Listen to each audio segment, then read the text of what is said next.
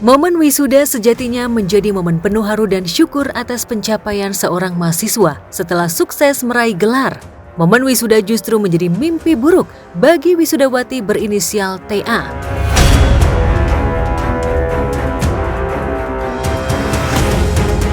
Di momen itu, mula-mula gadis berseragam wisuda dari kampus STIE 66 Kendari ini dikejutkan dengan kiriman papan bunga dengan tulisan tak lazim dengan kalimat tuduhan kata-kata pelakor.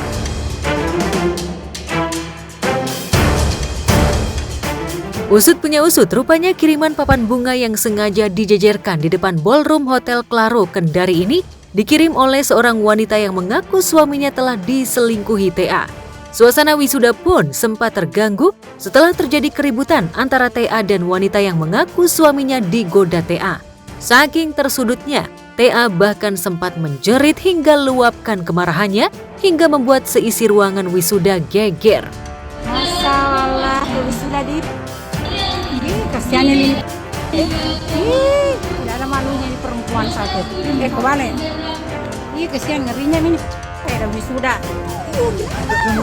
Kenapa ini?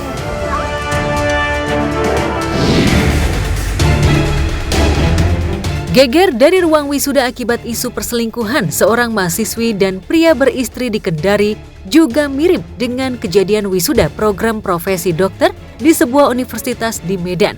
Ya, seorang wisudawati berinisial SWN terkejut bukan main setelah dikirimi ucapan dan papan bunga ucapan selamat dari perempuan bernama Suci Feblika Silaban.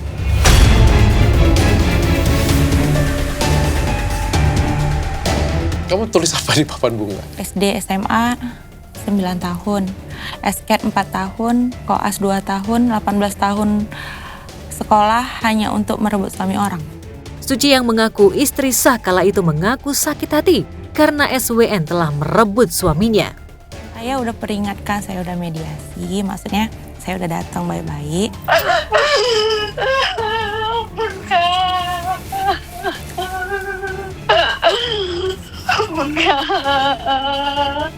Aku minta maaf kali kau. Usut punya usut, rupanya SWN telah lama melakoni petualangan asmara terlarang dengan suami orang. Saat ini permasalahan sedang berproses dalam hukum, di mana kita selaku warga negara Indonesia tetap harus menjunjung tinggi asas praduga tidak bersalah. Sebagai kuasa hukum dari SW telah melaporkan pihak inisial SF ke Polda Sumatera Utara. Di depan Richard Lee, Suci bahkan sudah memperingatkan wisudawati pelakor tersebut, tapi tetap saja membandel. Dia bisa suruh perempuan itu loh. Saya bukan bilang saya nggak takut hukum, dok. Saya bukan bilang saya nggak takut hukum. Sampai hari ini juga saya siap apapun konsekuensinya. Tapi kenapa harus suami saya yang berkata itu? Ini ku menangis, di sana kau tertawa dengannya.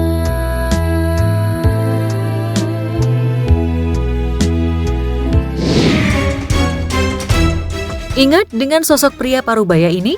Ya, inilah sosok kontroversial Imam Muslimin, ex-dosen Universitas Islam Negeri Malang yang namanya viral setelah berseteru dengan tetangganya, pengusaha rental mobil Nur Sahara.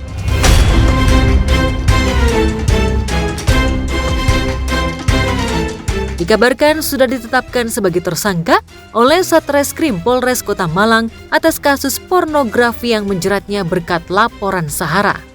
Polres Malang Kota telah melaksanakan gelar dan meningkatkan status Yaimin atau Pak Imam Muslimin ya menjadi tersangka.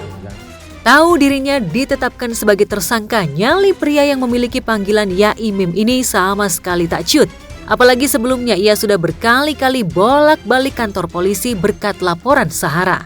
Silakan Yaimim di penjara, saya siap di penjara. Mohon doanya ya teman-teman, mohon doanya. Ya, konflik antara Yaimim dengan pemilik rental mobil ini mencuat sejak awal Oktober 2025 lalu. Kala itu mencuat sebuah video berisi adegan Yaimim tengah berguling-guling di atas lahan.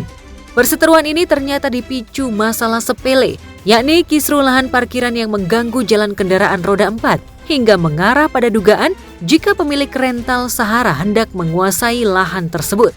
Sampai itu masih muncul, Habis kau. Ya repot lah punya tetangga kayak gini toksiknya. Aksi guling-gulingan Yai Imin sempat membuat geger.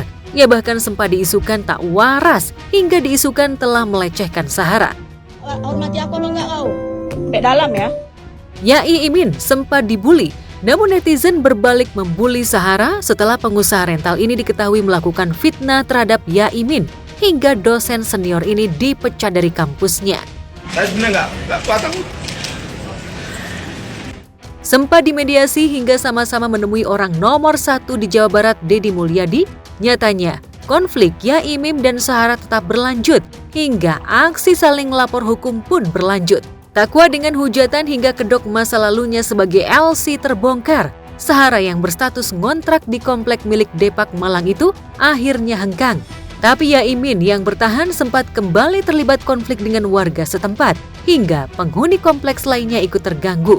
Lantas benarkah setelah ditetapkan sebagai tersangka, Yai Imin akan melakukan perlawanan atau pasrah tanpa bantuan tim pengacara?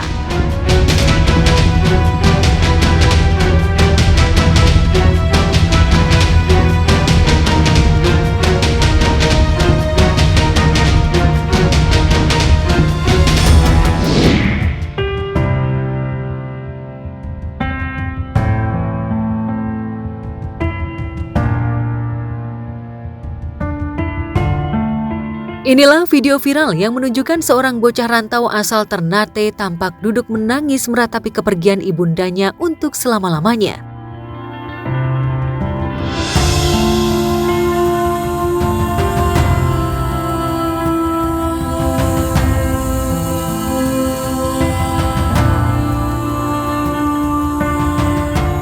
Ya, bukan hanya kehilangan sang bunda saja yang diratapi bocah yang belum begitu mengenal kerasnya dunia ini.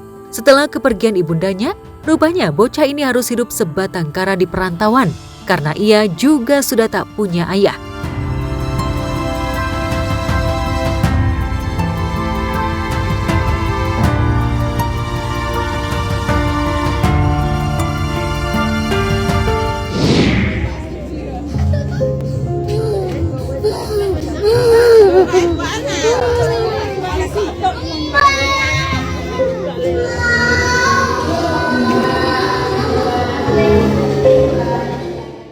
Kisah tak kalah menyita batin juga terjadi pada bocah cilik ini. Ia yang selama ini tinggal dengan kakeknya tak percaya saat malam tahun baru lalu tengah asyik mengikuti lomba mancing, tiba-tiba dihentak kabar kakeknya meninggal dunia.